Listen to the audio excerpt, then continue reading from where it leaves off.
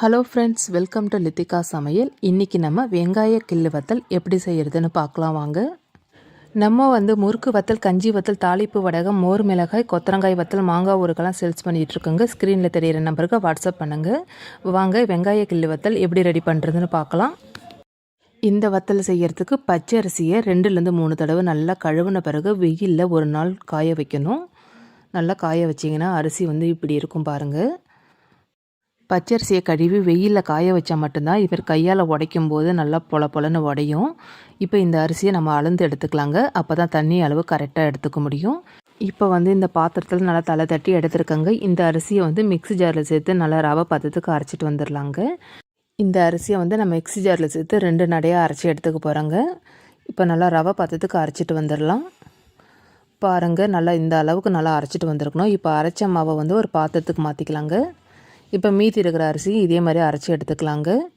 இப்போ அரிசி எடுத்த பாத்திரத்தில் 1 கப் அளவு தண்ணி எடுத்து அரைச்சி மாவில் சேர்த்துக்கலாங்க. இது நல்லா ஊறட்டும். அடுத்து வத்தல் காய்ச்சறதுக்கு தண்ணி அளந்து ஊற்றிக்கலாங்க.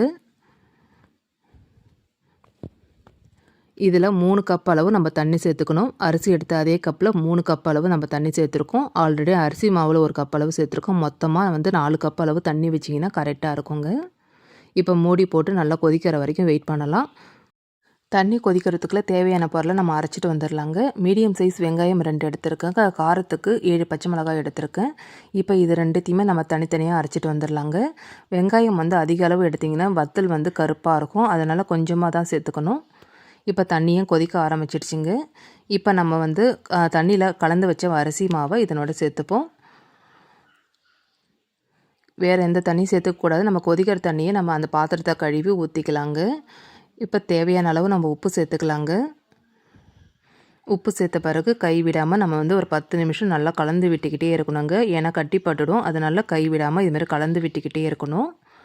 நம்ம மாவு அப்படியே கொட்டலாம், ஆனால் கட்டி பட்டுடும். அதனால தான் நான் 1 கப் அளவு தண்ணி கலந்து இந்த மாவோடு சேர்த்துருக்கேன். பாருங்கள், ஒரு 10 நிமிஷத்தில் கொஞ்சம் கெட்டி பதம் வந்துடுச்சுங்க. இதுமாரி கை விடாமல் கலந்து விட்டிங்கன்னா நல்லா ஒரு அடி பிடிக்காமல் இருக்கும், கட்டியும் படாமல் இருக்குங்க. பாருங்கள், அடுத்த ஒரு 10 நிமிஷத்தில் ஓரளவுக்கு நமக்கு வெந்துடுச்சு பாருங்கள். இன்னும் கொஞ்சம் நல்லா திக்காக வரணும். அது வரைக்கும் நம்ம நல்லா கலந்து விட்டுக்கிட்டே இருப்போம்.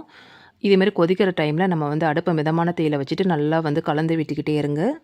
இந்த ப்ராசஸ் கிட்டத்தட்ட நமக்கு 1 மணி நேரம் எடுத்துக்கும்.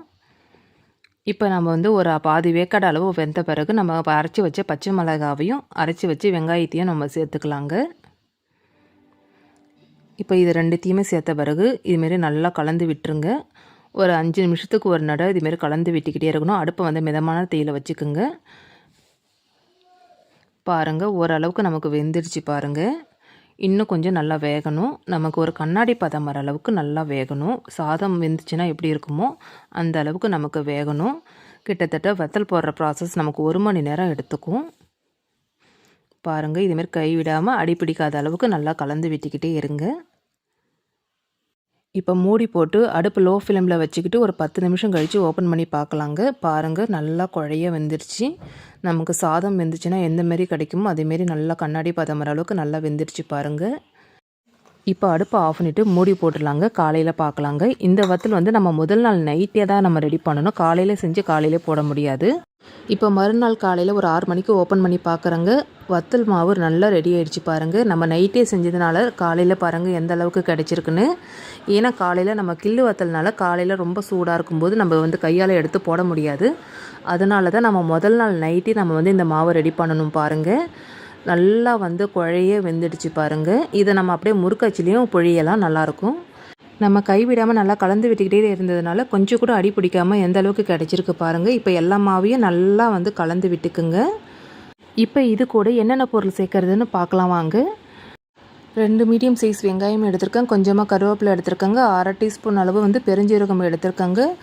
அடுத்து தோலோடு பூண்டு எடுத்துக்கலாங்க. இப்போ வெங்காயத்தை நல்லா பொடியாக கட் பண்ணி சேர்த்துக்கோங்க. பெருஞ்சீரகத்தை நல்லா பவுட்ரு பண்ணி எடுத்துக்கலாங்க. அடுத்து பெருஞ்சீரகத்தை பொடியாக்கி சேர்த்துக்கலாங்க. அடுத்து நம்ம கருவேப்பிலையை இதுமாதிரி கையால் கிள்ளி போட்டுக்கலாங்க. அடுத்து பூண்டை இதுமாதிரி தோலோட பொடியை நசுக்கி சேர்த்துக்குங்க. அடுத்தது வெங்காயத்தையும் நல்லா பொடியை நசுக்கி சேர்த்துக்கலாங்க. வெங்காயம் அதிக அளவு எடுத்துக்கக்கூடாது. வத்தல் பொரிக்கும் போது வத்தல் நல்லா கருப்பாக ஆகிடும். அதனால் வெங்காயம் கொஞ்சமாக மட்டும் சேர்த்துக்குங்க. இப்போ எல்லா பொருளும் சேர்த்த பிறகு நல்லா கலந்து விட்டுக்குங்க. ஆல்ரெடி நம்ம வத்தல் மாவு வேகும் போதே நம்ம உப்பு சேர்த்துருக்கோம். உப்பு பத்தலைன்னா உப்பு சேர்த்துக்கோங்க. மாவு பார்த்திங்கன்னா இந்த அளவுக்கு நல்லா மாவு பிசைஞ்சு வச்சுருக்கணுங்க. இப்போ இந்த மாவில் வெங்காய கிள்ளு வத்தல் எப்படி ரெடி பண்ணுறதுன்னு பார்க்கலாங்க. தண்ணியில் கொஞ்சமாக கை நனைச்சிட்டு இதேமாதிரி கொஞ்சம் கொஞ்சமாக மாவு எடுத்து இது மாதிரி கிள்ளி வச்சுக்கணும். இந்த வத்தல் போடுறதுக்கு ரேஷன் புடவை இல்லைன்னா காட்டன் புடவை எது வேணாலும் எடுத்துக்கோங்க. எல்லா மாவையும் இதே மாதிரி நம்ம சின்ன சின்னதாக வச்சுக்கோங்க. ரொம்ப பெரிய சைஸ் வச்சிங்கன்னா காயறதுக்கு லேட் ஆகும். அதனால் இந்த சைஸ்க்கு வச்சிங்கன்னா ஒரு 2 நாளில் நல்லா காஞ்சிரும். இப்போ எல்லா மாவையும் இதுமாரி கிள்ளி வச்சுக்கலாங்க. நம்ம கொஞ்சம் தான் அரிசி எடுத்துருந்தோம், ஆனால் எந்த அளவுக்கு கிடச்சிருக்கு பாருங்கள். இந்த வத்தல் வெயிலில் நல்லா காயணுங்க. இன்றைக்கி காலையில் நம்ம வத்தல் போட்டிங்கன்னா அடுத்த நாள் மதியம் இல்லைனா சாயங்காலம் தான் நம்ம துணியிலேருந்து எடுக்கணுங்க. அப்போ தான் துணியிலேருந்து கொஞ்சம் கூட ஒட்டாமல் நமக்கு முழுசாக கிடைக்குங்க. நம்மக்கிட்ட முறுக்கு வத்தல், கஞ்சி வத்தல், தாளிப்பு வடகம், மோர் மிளகாய், கொத்தரங்காய் வத்தல், ஊறுகாயெல்லாம் சேல்ஸ் பண்ணிகிட்ருக்குங்க. வேணுன்றவங்க ஸ்க்ரீனில் தெரியிற நம்பருக்கு வாட்ஸ்அப் பண்ணுங்கள். பாருங்கள், வத்தல் போட்டால் அடுத்த நாள் மதியம் தான் நான் துணியிலேருந்து எடுக்கிறேன். நல்லா காஞ்ச பிறகு தான் நம்ம எடுக்கணும். இதுமாரி துணியை மடித்து போட்டு லேசாக தண்ணி தெளிச்சிக்குங்க. ரொம்ப தண்ணி ஊற்றக்கூடாது. நல்லா நனைகிற மாதிரி எல்லா பக்கமும் தண்ணி தெளித்து விட்டுக்குங்க. தண்ணி தெளித்து உடனே எடுக்க முடியாது. ஒரு 5 நிமிஷம் வெயிட் பண்ண பிறகு நமக்கு தானாகவே துணியிலேருந்து கொட்டிடும். பாருங்கள், துணியில் கொஞ்சம் கூட ஒட்டாமல் எந்த அளவுக்கு கிடச்சிருக்கு. இதே மாதிரி எல்லா வத்தலையும் நம்ம துணியிலேருந்து எடுத்துடலாங்க. இந்த வத்தல் காயறதுக்கு ஒரு 3 நாள் ஆகுங்க. துணியிலேருந்து எடுத்த பிறகு ஒரு 3 நாள் நல்லா வெயிலில் காய வச்சிங்கன்னா 1 வருஷம் வரைக்கும் நம்ம ஸ்டோர் பண்ணி வச்சிங்கன்னா கெட்டு போகாமல் இருக்கும். இப்போ இந்த வத்தலில் துணியிலேருந்து எடுத்த பிறகு ஒரு 3 நாள் வெயிலில் நல்லா காய வச்சுக்கலாங்க. பாருங்கள், வத்தலை வெயிலில் ஒரு 3 நாள் காய வச்சிங்கன்னா இந்த அளவுக்கு கிடைக்குங்க. இந்த அளவுக்கு வந்த பிறகு தான் நம்ம ஸ்டோர் பண்ணி வைக்கணும். இப்போ இந்த வத்தலை நான் எண்ணெயில் பொரித்து காமிக்கிற பாருங்கள் எந்த அளவுக்கு நல்லா வெள்ளையாக கிடைக்கிதுன்னு. வெங்காயத்தோட அளவு நம்ம அதிக அளவு எடுத்துக்கிட்டிங்கன்னா எண்ணெயில் பொரிக்கும் போது கருத்து போயிடுங்க. அதனால் கம்மியான அளவு தான் நம்ம வெங்காயம் சேர்க்கணும். பாருங்கள், நல்லா வெள்ளையாக எந்த அளவுக்கு கிடச்சிருக்குன்னு. இது சாதத்துக்கு சாப்பாட்டுக்கு மட்டும் ஸ்நாக்ஸாக சாப்பிட்லாமா, ஈவினிங் ஸ்நாக்ஸாக கூட நம்ம சாப்பிட்லாம். அவ்வளோ டேஸ்ட்டாக இருக்குங்க. வெங்காய வத்தலை செஞ்சு பார்த்துட்டு எனக்கு ஃபீட்பேக்கை கமெண்ட்டில் சொல்லுங்கள். இந்த வீடியோ உங்களுக்கு பிடிச்சிருந்தால் லைக் பண்ணுங்கள், ஷேர் பண்ணுங்கள், கமெண்ட் பண்ணுங்கள். மறக்காமல் நம்ம சேனலை சப்ஸ்கிரைப் பண்ணிக்கோங்க. பக்கத்தில் இருக்கிற பெல் ஐக்கானையும் கிளிக் பண்ணுங்கள். அப்போ தான் நான் அடுத்தடுத்து போடுற வீடியோ உங்களுக்கு நோட்டிஃபிகேஷனாக வரும். நன்றி, வணக்கம்.